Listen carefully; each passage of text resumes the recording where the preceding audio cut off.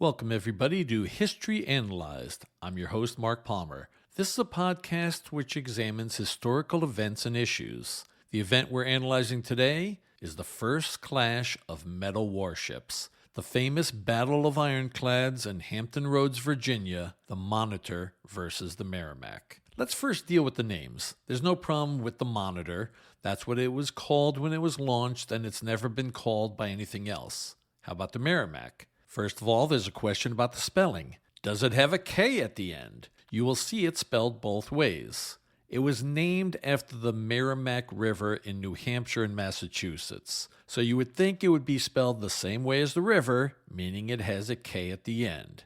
However, some of the contemporary sources drop the K. Since this is a podcast, which by definition is an audio medium, I'm not going to concern myself about the spelling. But at the time of the epic battle with the Monitor, was the name still the Merrimack? When the ship was built, it was christened the Merrimack. As I'll explain later, the ship was sunk by the U.S. Navy to keep it out of the hands of the Confederates. But the Confederates raised the ship and turned it into an ironclad. Officially, they renamed it the CSS Virginia. By the way, CSS stands for Confederate States Ship. Although the official name was the Virginia, from what we know, most of the people in the South, and especially those Confederate sailors who were deployed on the ship, still called it the Merrimack. And everybody on the Union side still called it the Merrimack. Since history still mostly remembers it by its original name, and since I love the alliteration of the Monitor versus the Merrimack, I'm just going to refer to the ship as the Merrimack. Let's put this event in historical context. For literally thousands of years, navies were built with wooden ships. When the Romans were controlling the Mediterranean Sea, all of their ships were made of wood. That was true throughout the world. There were advances in naval ships over the centuries. Originally, ships were powered either by wind, with the use of sails, or by men rowing with the use of oars. In the 1800s, navies started installing steam engines on their warships. But those naval ships still had sails.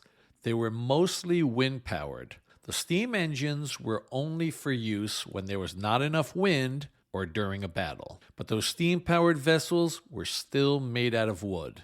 The way naval battles were fought also changed over the centuries. Before the advent of gunpowder, there were three primary ways to defeat an enemy at sea. Number one, ram the enemy's ship to sink it. Number two, board the ship and fight with hand-to-hand combat. Number three, use projectiles, which were primarily arrows, which were sometimes on fire. Gunpowder changed everything. Now the idea was to have as many cannons and have the biggest cannons. Cannons shot different types of projectiles. There were solid cannonballs. A 12-pound, or sometimes heavier, piece of solid iron fired from a cannon did incredible devastation to wooden ships. In addition to solid cannonballs, by the time of the Civil War, artillery experts developed shells. Shells were hollow and contained gunpowder inside, which exploded at the target. There were also shells with small iron balls or other types of shrapnel to cause more damage to human beings rather than enemy ships. Because of this incredible damage done by cannon fire, you could see why naval architects were dreaming of metal ships that could stand up to this kind of firepower. At first, navies built ironclad batteries. These were barges covered with iron which served as floating gun batteries. They were towed into position by other steam-powered ships. The French and the British used such floating ironclad batteries in the Crimean War in the mid-1850s against the Russians. The U.S. Civil War began with the Confederates attacking Fort Sumter in the middle of Charleston Harbor. The Confederates built a floating battery, which they covered in iron on the side that faced the fort. The battery was towed into position and fired upon Fort Sumter, along with all of the other cannons that ringed Charleston Harbor. But what about actual metal warships? Who made the first ironclad naval ships? The first was built by the French in 1859 called the Gloire. Although I took French in high school, that was back in the 1970s, and my pronunciation of all French words was terrible then, and it's even worse now. So please forgive my terrible pronunciation of French or any other foreign words. Anyway, the name Gloire meant glory in French. Although the Gloire had a steam engine, it also had sails. Not to be outdone, in 1860, the British launched the HMS Warrior. This was also an ironclad that was powered by steam as well as sails. But by 1862, the British and French ironclads had not been used in battle. What about the United States? A civil engineer named James Buchanan Eads built armored gunboats for use only on the Mississippi and its tributary rivers. 7 of these were built. They were ironclad boats with a very shallow draft. They were commonly called Eads gunboats or Pook turtles. I love that name. That latter name was because the naval architect who designed them for Eads was a guy named Samuel Pook. These Eads gunboats were the first ironclad vessels to fight any enemy when they saw action in early 1862. By the way, in case that name Eads sounds familiar to any of you in St. Louis, the Eads Bridge, which crosses the Mississippi, was named after this same man because he designed and built that bridge from St. Louis, Missouri to East St. Louis, Illinois. Those armored gunboats created by Eads were very effective on inland rivers. But what about the Atlantic coast? What about the Monitor and the Merrimack? Let's start with the Merrimack. It was built for the U.S. Navy in the mid-1850s as part of a group of 6 screw propeller frigates. This meant steam-powered with screw propellers. I'll come back to the Merrimack in a moment, but first let me discuss the propellers. There's some controversy about who actually invented the screw propeller. And in case you don't know what that term means, it's simply the propeller you see on any outboard engine or when you get to see underneath a large ship. Think about that scene in the movie Titanic when the rear of the ship comes out of the water and you see those giant propellers. Those are screw propellers. Before the invention of the screw propeller, steam-powered ships were propelled by paddle wheels.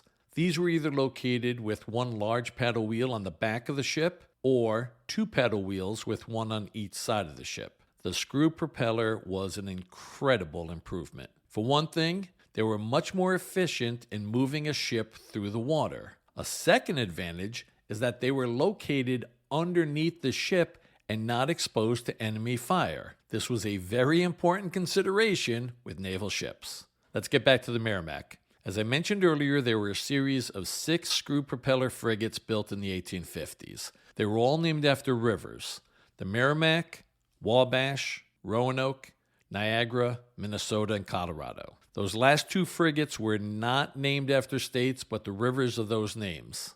The state of Colorado didn't even exist at that time. It would not become a state until 1876.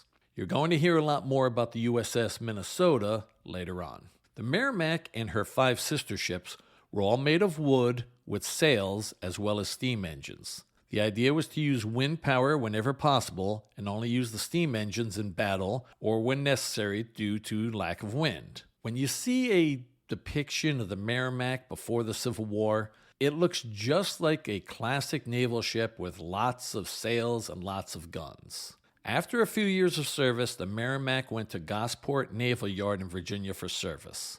Some repairs were necessary, especially on the bulky engines. The Gosport Naval Yard was the name of that facility at that time. It's still in operation, but it's now known as the Norfolk Naval Shipyard. When the Civil War broke out in 1861, the Merrimack was still undergoing repairs at the Gosport Shipyard. The engines needed a lot of work. The Secretary of the Navy, Gideon Welles, was a newspaper man from Connecticut before the war. Lincoln affectionately called him Father Neptune, mostly because of his position as Secretary of the Navy, but also because of the crazy wig that he wore, which kind of resembled waves. Anyway, Secretary Welles understood the value of a modern steam propeller frigate like the Merrimack, so he sent orders to transfer the Merrimack to Philadelphia to keep it out of the hands of the Confederates. Union Navy personnel at the Gosport shipyard did their best to get the Merrimack to safety. It was understood that the Merrimack was probably not seaworthy to go out into the open ocean and travel to Philadelphia, but the engines were made sufficient to propel the ship to Fortress Monroe. That fort still exists. Construction of the fort began in 1819 and it was completed by 1834. It's located at Point Comfort and guards the entrance to Hampton Roads from Chesapeake Bay. Unfortunately, Fortress Monroe also has the dubious distinction of being the location where the first enslaved Africans were brought to what's now the United States in August 1619. Anyway, Fortress Monroe remained in the custody of the United States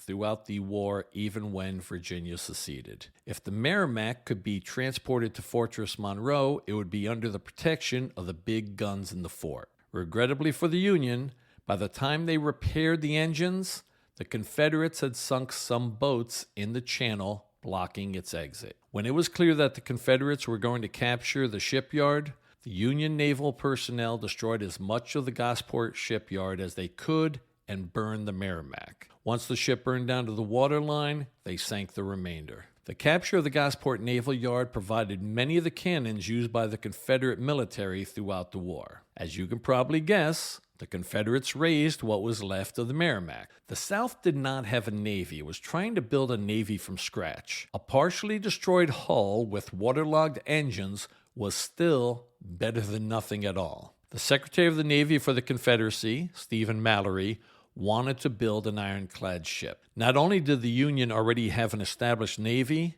but the Union had many shipyards and a lot of industrial capacity to build many more naval vessels. So the thinking by Stephen Mallory was that the South was going to be greatly outnumbered, so they would need a superweapon. When we think of the Civil War, we always think about land battles, Gettysburg, Antietam, Vicksburg, but the Navy played a large part in defeating the South. In 1861, General Winfield Scott, the commander of all Union forces at the start of the war, called his strategy his Anaconda Plan. Just like the giant anaconda snake wraps around its victim and squeezes it until it suffocates, the Union Navy would do that to the Confederacy. Federal ships would blockade all of the southern ports. They would deprive the Confederacy of all of the materials needed to conduct the war. The South had very few industrial centers. It was almost purely an agricultural region, producing mostly cotton, along with some rice and tobacco. The South needed to purchase from Europe materials to fight the war. The Union Army was going to put a stop to that with the Anaconda Plan. The Confederates tried to purchase an ironclad vessel from either France or England, but those two countries refused to sell. So the Confederates would have to build their own ironclad ship based upon the hull of the Merrimack. Federal Secretary of the Navy, Gideon Welles, learned what the Southerners were up to because of a newspaper story in August 1861 in a Mobile, Alabama newspaper, which described how the Merrimack had been raised and was being turned into an ironclad warship. The revamped Merrimack was going to look nothing like the original version of that ship. There were not going to be any masts or sails and no wood visible above the water. There would be iron plates on a slanted structure that looked somewhat like the pitched roof of a house. The iron plates were slanted so cannon shots would not hit a flat surface to lessen the impact. Unfortunately, there are no surviving photographs of the Merrimack/CSS Virginia. We only have sketches and drawings. And some of the documentation from the Civil War, such as correspondence, diaries, newspaper accounts, are conflicting. So, there's some dispute about the details of the Merrimack, but generally it's agreed that its reconfigured form had 10 guns, 4 on each broadside, 1 in front and 1 in back. Remember when I said a little while ago that in ancient times they would try to ram enemy ships to sink them? Well, in an attempt to be really old school, the Confederates placed an iron ram on the prow, meaning the very front of the Merrimack. The Merrimack had a lot of drawbacks. It only went about 5 knots. It was not very maneuverable. It took between 30 and 40 minutes to make a complete circle. The turning radius was about a mile. It was a large ship, approximately 275 feet long, 38 feet across at the beam. That means its widest point. As I said earlier, there are discrepancies from the contemporary records about the exact measurements. A major problem with the Merrimack is that it had a draft of 22 feet. And for those of you unfamiliar with that term, the draft is a measurement from the waterline to the bottom of the hull or the keel. This meant that if the Merrimack went into water that was 22 feet or less in depth, the ship would run aground.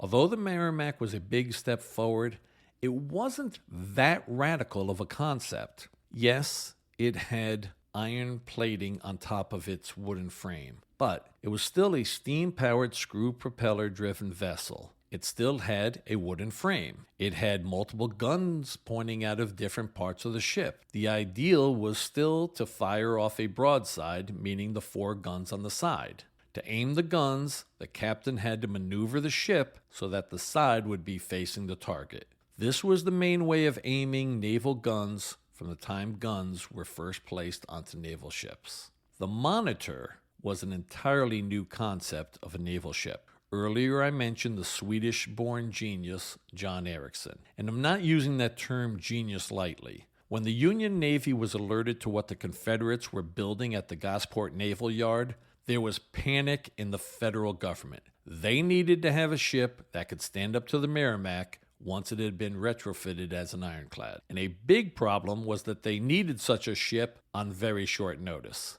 In 1861, John Ericsson presented his plans for his revolutionary new naval vessel. Although he had not yet named it, Ericsson would later designate the ship the USS Monitor. He promised the Navy that he could build it within 100 days, and he did so. Many in the federal government didn't think he'd be able to build a ship so quickly, but they were desperate, so they took him at his word. The Monitor was built in a shipyard in Brooklyn. Fun fact, Brooklyn was still a separate city in the 1860s. At that time, the city of New York was limited to Manhattan Island. The consolidation of Greater New York occurred on New Year's Day, 1898, when the 5 boroughs of Manhattan, Brooklyn, Queens, the Bronx, and Staten Island created what we now know today as New York City. The Monitor was different than anything that had ever been built before. It was so different that it had scores of items on the ship that could have been patented by Ericsson, but he never got around to getting patents for all of his innovations because he was in such a rush to build the ship.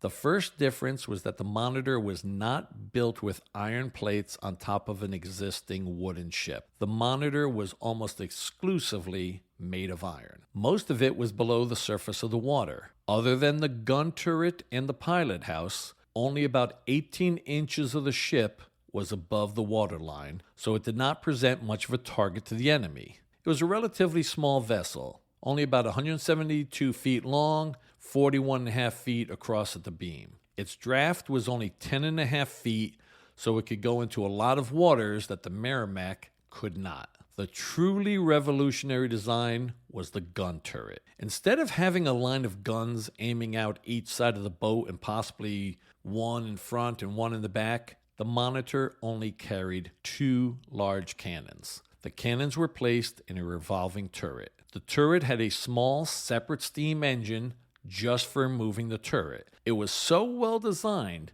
that the turret could make a full revolution, meaning making a full circle, in only 22.5 seconds. Do you know how amazing that was in 1862?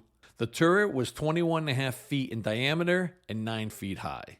The turret was constructed with 8 layers of 1-inch thick iron plates. There were 2 gun ports, meaning holes where the cannons could be fired upon the enemy. There were metal plates that could cover those gun ports. But also, after firing, the turret would be turned so as not to present a weak point as a target to enemy fire. This was important since it took between 6 and 7 minutes to reload and fire again. Although he wanted bigger guns, Ericsson had to settle for the 2 11-inch Dahlgren cannons he eventually received. 11-inch means the size of the diameter of the barrel. They are called Dahlgrens because the man who designed them was John Dahlgren, who was probably the best artillery designer of his time. Having only 2 guns and placing them in a revolving turret was an enormous advantage. Instead of maneuvering the entire boat to aim a broadside of cannons against the enemy, The Monitor could be in any position with regard to an enemy ship and simply turn the turret to face the cannons toward the foe. All right, I've described the two opposing ships. What about the epic battle? It was essentially a 2-day battle occurring in Hampton Roads.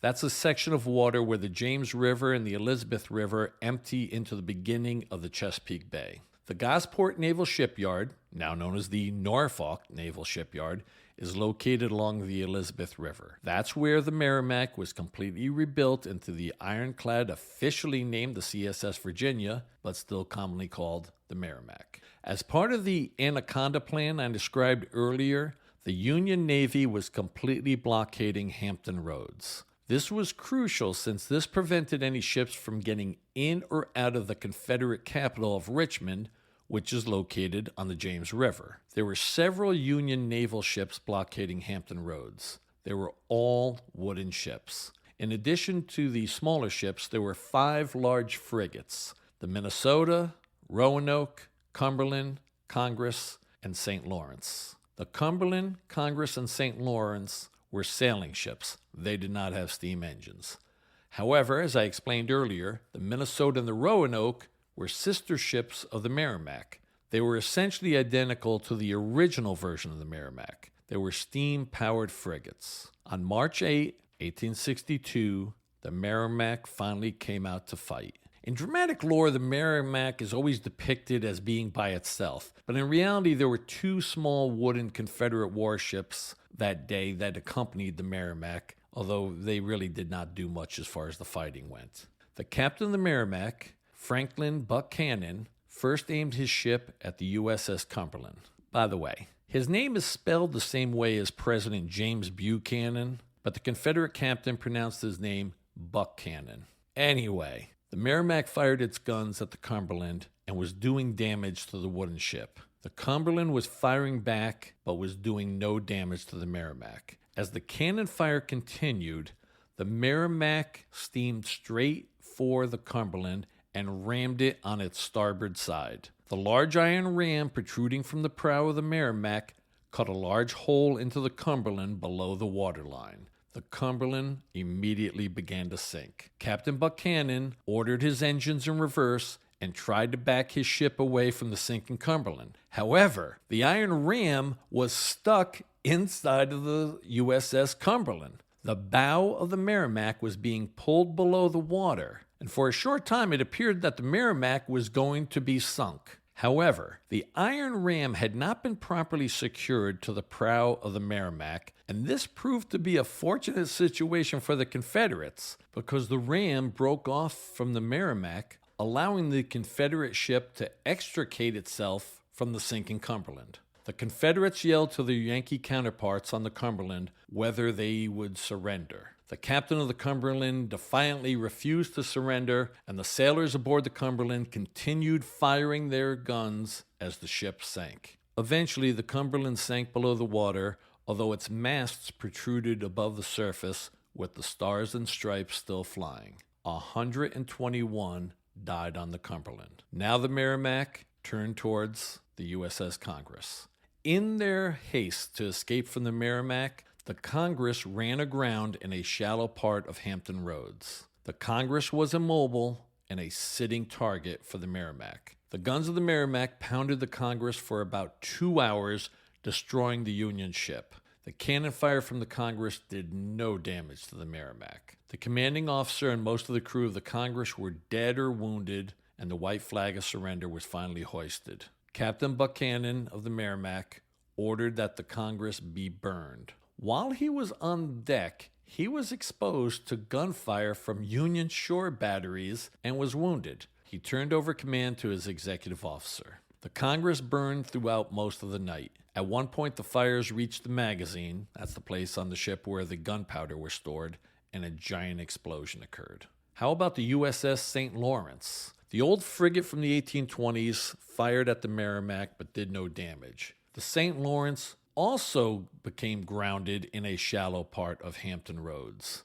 but the Merrimack did not get around to attacking the St. Lawrence on that day. During the night, the St. Lawrence was refloated, meaning it was no longer stuck on the bottom and moved under the protection of the big guns at Fortress Monroe. The St. Lawrence did not play any other role in the battle. How about the Minnesota? Yes, it's true. Another Union ship became grounded. The Minnesota became grounded on Hampton Flats and presented another easy target to the Merrimack. Fortunately for the sailors on the Minnesota, the Merrimack retreated for the evening back to Gosport Naval Yard. The crew was exhausted and they wanted to make repairs to the Merrimack.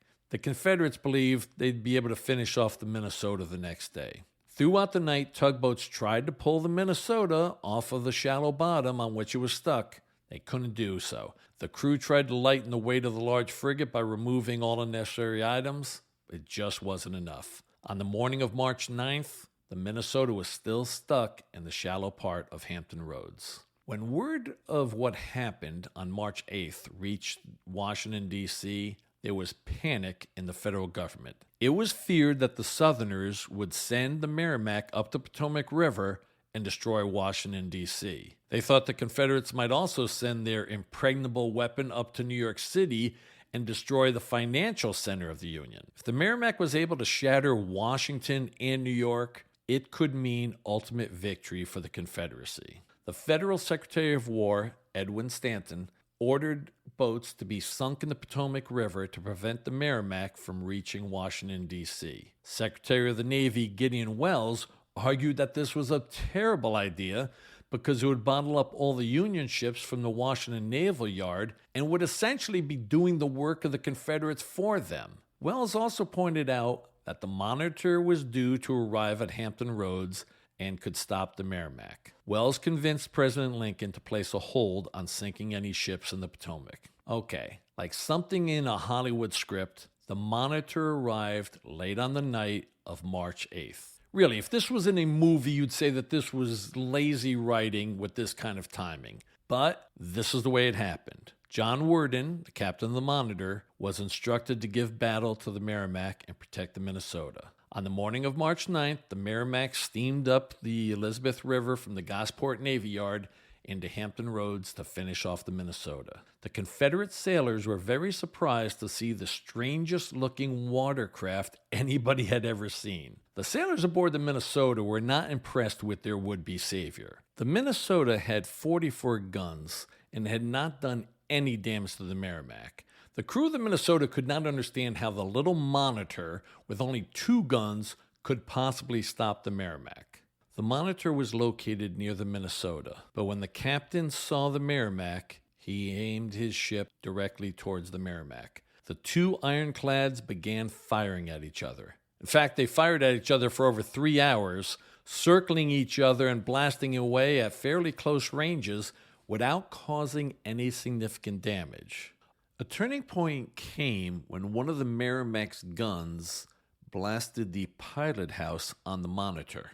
As I described earlier, most of the Monitor was essentially underwater with only about 18 inches above the surface. That was for the main part of the vessel. Obviously, the large turret was completely out of the water. Also, there was a small box-shaped structure towards the front of the ship, which was called the pilot house. This allowed the captain, or whoever was in command, to look out of these small openings in the pilot house to see what was going on. After about 3 hours of bombardment on both ships, a shell from the Merrimack exploded on the pilot house of the Monitor. This temporarily stunned and blinded Captain Worden, who was looking out of the pilot house at that time. He gave the order to sheer off temporarily, in other words, disengage from the battle, but only temporarily. The captain then turned over command to his executive officer, Samuel Green. Seeing that the Monitor appeared to be withdrawing from the fight, the captain of the Merrimack believed that the battle was over and ordered his ship back to Gosport Naval Yard. The executive officer on the Monitor saw the Merrimack heading towards the Elizabeth River, but he did not give chase to the enemy because he believed his number one duty was to protect the stranded frigate, the USS Minnesota. There was minor damage to both ships. The Merrimack needed to replace 2 of its guns. Both ships needed some repairs, but there was no significant damage to either one. Essentially, the Battle of Hampton Roads was a draw, but both sides claimed victory. Although the battle was a draw, Strategically, this was a victory for the Union. Remember, the goal of the Merrimack was to end the blockade of Hampton Roads and allow access to the Atlantic Ocean and the Chesapeake Bay from Richmond and the Gosport Naval Yard. The arrival of the Monitor prevented the Merrimack from sinking all of those wooden Union ships. Essentially, the blockade remained in effect. So why is this battle considered such a turning point in history? One reason is that March 8, 1862, the day that the Merrimack destroyed the Congress and the Cumberland and grounded the Minnesota, that day was considered the worst day in U.S. naval history up until December 7, 1941. But the main significance is that it was the first battle of ironclad versus ironclad. The events of March 8 and 9, 1862 in Hampton Roads told the whole world that wooden warships were immediately obsolete. Also, the design of the Monitor showed the way for the future. Moving an entire ship just to aim the guns had become a thing of the past. Revolving gun turrets were here to stay. Picture battleships from World War II. When they wanted to aim their guns, they did not turn the entire ship. They merely turned the gun turret to target the enemy. The battle between the Monitor and the Merrimack launched a naval arms race. The British immediately stopped building any wooden ships, even those that were already under construction.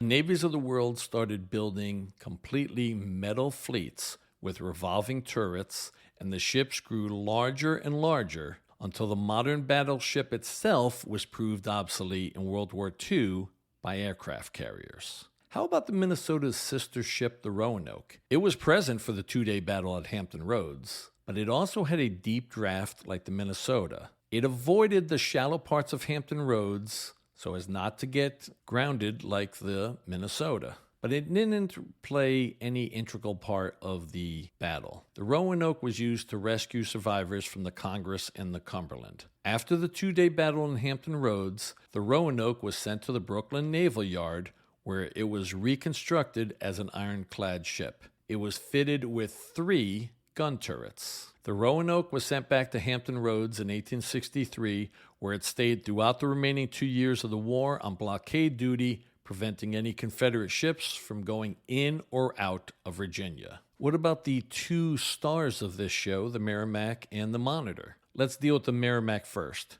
After the battles of March 8 and 9, 1862, the next 2 months were really uneventful. On several occasions, the Merrimack crept out into Hampton Roads hoping for a fight, but the Monitor and the other Union naval ships stayed out of range. The Federal Navy was happy with the status quo. They were blockading the Confederates. Essentially, nothing happened until May, when the Union Army moved in to capture Norfolk and the area around the Gosport Naval Yard. The Merrimack was in a bind. It wasn't seaworthy enough to go out into the open ocean. So even if they could get through the Union blockade, they could not go into the Atlantic and head towards another southern port. Why not just go up the James River and act as an ironclad battery protecting the capital of Richmond? Remember that it had a draft of 22 feet? There were parts of the James River that were too shallow. The Confederates concluded that the Merrimack was very limited and had to stay around its home base of Hampton Roads. Since the Federal troops were about to capture Gosport Naval Yard and all of the surrounding area, the Merrimack could not stay where it was. As I just explained, there was no place for the ship to go. So the only viable option was to destroy the ship to keep it from falling into the Union Navy. On May 11, 1862,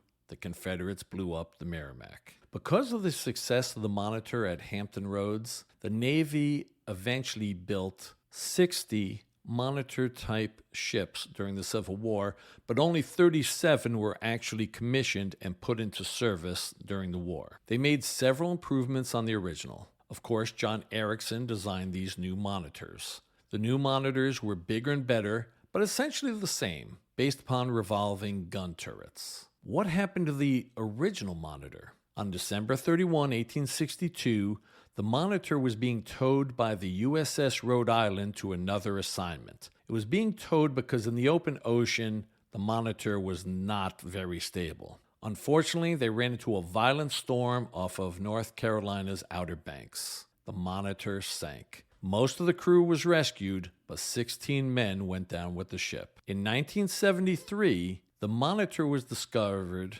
in approximately 240 feet of water, approximately 16 miles off of Cape Hatteras, North Carolina.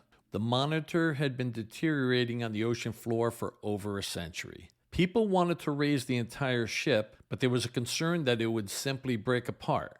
In 2002, the gun turret was raised. The turret is now located at the Mariners Museum in Newport News, Virginia. The rest of the Monitor is still on the ocean floor off of the Outer Banks. Well, that's it for today. Please subscribe to this podcast. Please like this and my other episodes. Ratings and likes greatly help with the algorithms that determine the placement of podcasts on particular apps. So if you're listening on a podcast like Spotify or Apple Podcasts, which allow for ratings, I would greatly appreciate a 5-star rating. Please tell your friends, relatives, co-workers. Word of mouth is the best way to increase the audience for this podcast. Check out my website, historyanalyzed.com.